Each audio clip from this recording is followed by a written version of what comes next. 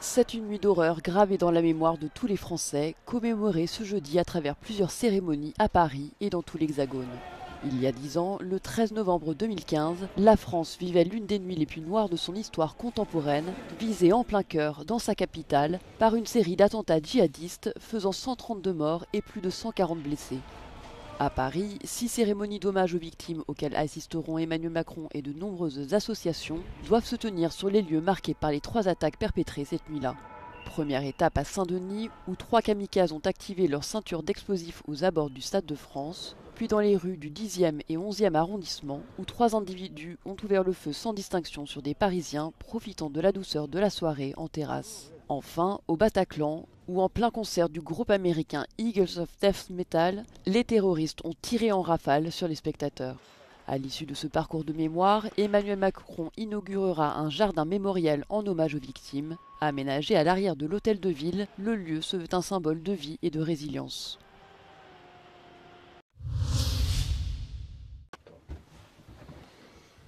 Sur le front avec ses troupes. Volodymyr Zelensky s'est rendu jeudi à la rencontre d'un contingent ukrainien combattant dans la zone de Zaporijjia, un front où l'armée russe a récemment revendiqué des progressions. Le président ukrainien a salué les soldats pour leur engagement en leur remettant des distinctions d'État. Дякую ще раз за службу. Ми поспілкувалися з командирами. Будемо робити все, щоб посилювати вас. Знаємо проблеми, які є. В принципі, вони однакові на всіх напрямках. Volodymyr Zelensky s'est également entretenu avec les commandants sur le terrain. La priorité, renforcer la défense en augmentant les effectifs et les équipements militaires sophistiqués. Une autre préoccupation de taille, évacuer les soldats blessés du champ de bataille. L'utilisation d'engins sans pilote et de systèmes robotiques est envisagée.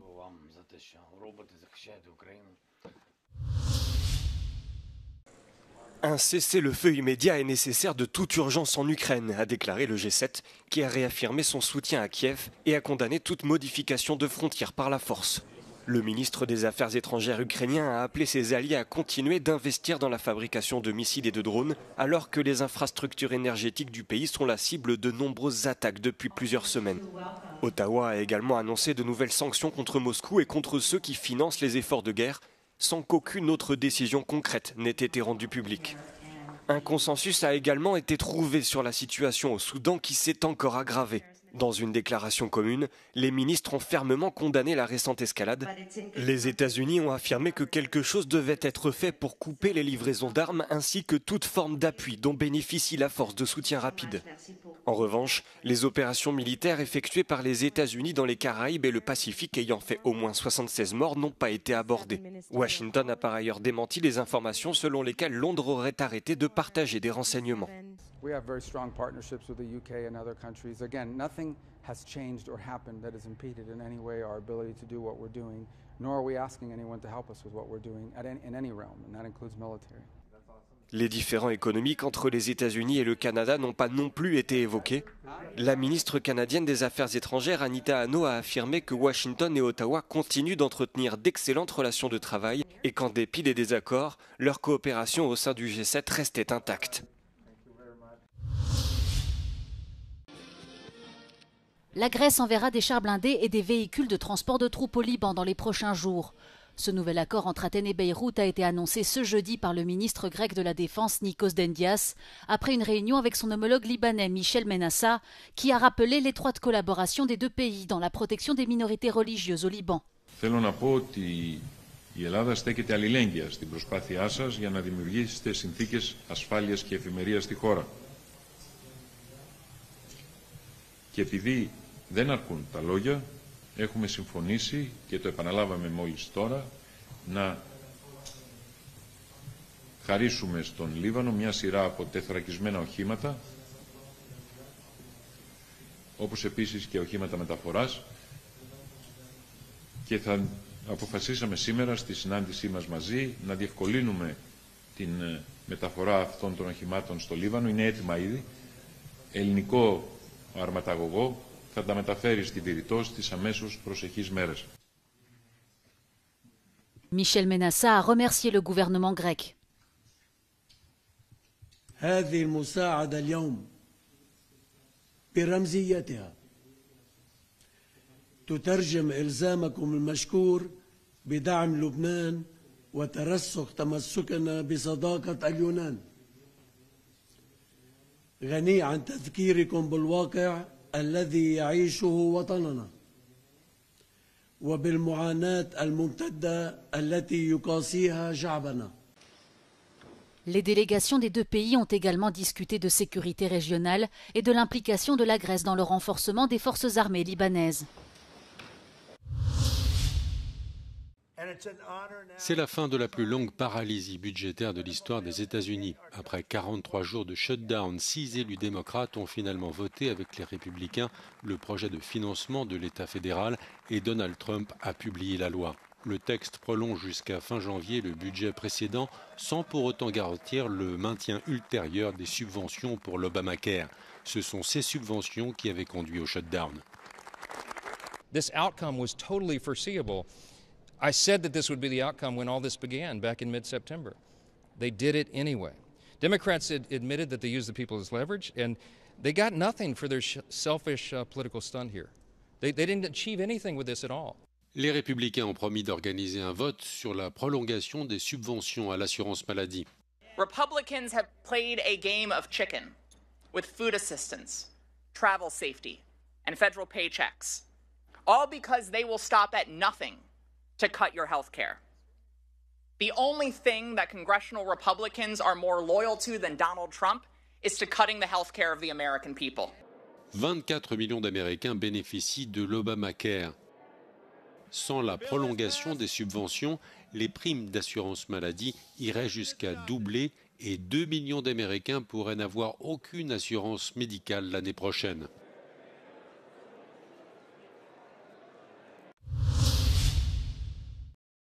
L'affaire Jeffrey Epstein est de nouveau relancée et ravive les interrogations autour de l'implication de Donald Trump. Dans 3 emails attribués au criminel sexuel publiés ce mercredi, ce dernier affirme que le président républicain savait pour les filles et a passé des heures avec l'une d'entre elles, identifiée comme une des victimes de trafic sexuel. La porte-parole de la Maison-Blanche, Caroline Leavitt, a assuré que ces emails prouvaient que Donald Trump n'avait rien fait de mal. This is another distraction campaign by the Democrat and the liberal media, and it's why I'm being asked questions about Epstein instead of the government reopening because of Republicans and President Trump. Ces emails contredisent Donald Trump qui a toujours assuré ne rien savoir du réseau sexuel géré par Jeffrey Epstein. Sur son réseau Truth Social, le président a accusé les démocrates de mettre en avant une supercherie visant à couvrir leurs erreurs dans le shutdown qui a pris fin ce mercredi. L'affaire enflamme de nouveau le pays car en juillet dernier, le gouvernement de Donald Trump avait affirmé n'avoir découvert aucun élément nouveau justifiant la publication de documents supplémentaires dans ce dossier. Jeffrey Epstein et Ghislaine Maxwell piégeaient des mineurs et les forçaient à avoir des relations sexuelles avec des clients puissants et fortunés. Le premier s'est suicidé en prison en 2019 alors qu'il attendait son procès. Sa complice purge, elle, une peine de 20 ans de prison pour exploitation sexuelle. Le typhon Fenghuang continue de provoquer de fortes pluies à Taïwan, où au moins 95 personnes ont déjà été blessées.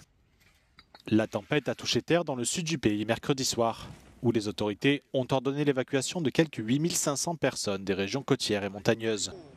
Les dégâts du typhon sont particulièrement importants dans la région rurale de Yilan.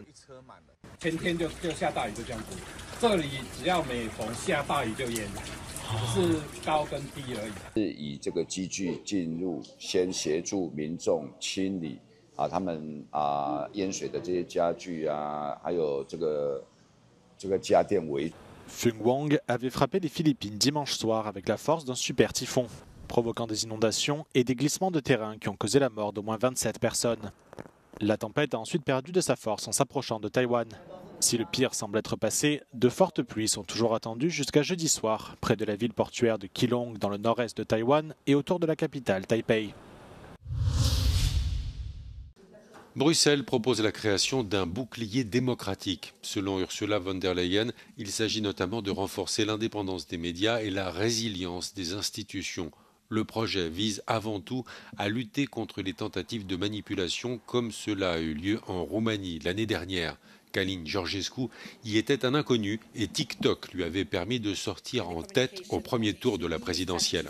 At the core of the Democracy Shield is reinforcing public trust in democracy and democratic institutions. The European Democracy Shield rests on 3 pillars. First, safeguarding our information space. Second, strengthening democratic institutions. And third, boosting our societal resilience. Les 27 doivent encore valider la proposition de la Commission. Le projet est de coordonner les agences nationales déjà existantes dans leur effort pour lutter contre les tentatives de déstabilisation. La France dispose déjà de Viginum, le service de vigilance et de protection contre les ingérences numériques étrangères, et la Suède d'une agence pour la défense psychologique. Le projet vise en premier lieu la guerre d'influence menée par la Russie en Europe. Ce qui se passe aujourd'hui, c'est bien sûr des ingérences russes massives. C'est aussi le comportement de plateformes comme TikTok, sur lesquelles il y a beaucoup de questions qui sont posées, mais c'est encore plus la collusion entre l'administration américaine et les plateformes américaines. Et là-dessus, on a l'impression qu'Ursula von der Leyen a du mal à passer le cap. Elle nous dit, elle écrit qu'elle va mettre en œuvre les législations qu'on a votées. J'allais vous dire encore heureux. Selon la loi, les fournisseurs de l'IA ont l'obligation de permettre la détection des contenus générés ou manipulés artificiellement. De leur côté, les géants américains du secteur s'appuient sur l'administration Trump pour éviter toute sanction.